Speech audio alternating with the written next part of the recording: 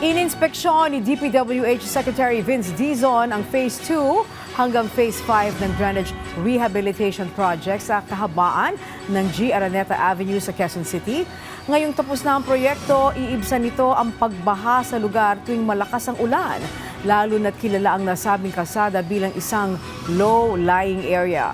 Si Bernard Ferrer sa sentro ng balita.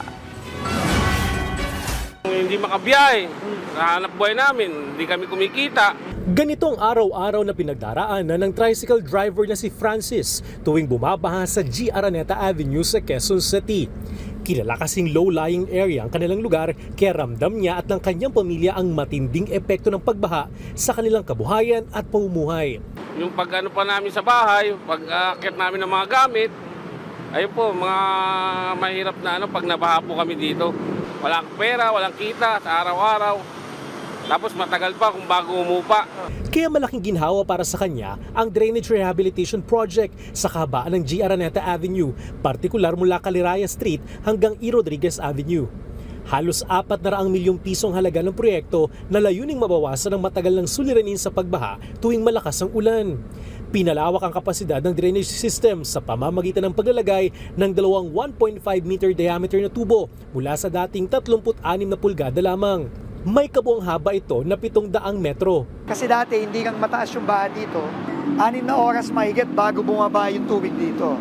So ngayon, mas malaki yung drainage, mas mabilis. Inayos na rin ang mga sidewalk. Sinimulan na rin ang pagpapabuti ng drainage line papasok ng E. Rodriguez Avenue patungo sa San Juan River na target matapos sa Mayo 2026. So ang sabi ng ni Presidente, kailangan paspasan natin yung trabaho kasi pagdating ng Hunyo, uulan na naman, magbabaha na naman. Kaya tuloy-tuloy yung inspeksyon natin dito kasi sinisigurado natin na mabilis matatapos itong mga proyekto natin kontra baha. Kasabay nito ang tuloy-tuloy na dredging upang mapalalim ang ilog at mapabuti ang daloy ng tubig. Magkakaroon din ng simulation ng Project NOAA upang masukat ang magiging epekto ng rehabilitasyon. Napansin ko, malaki na ang pagbabago dito. No?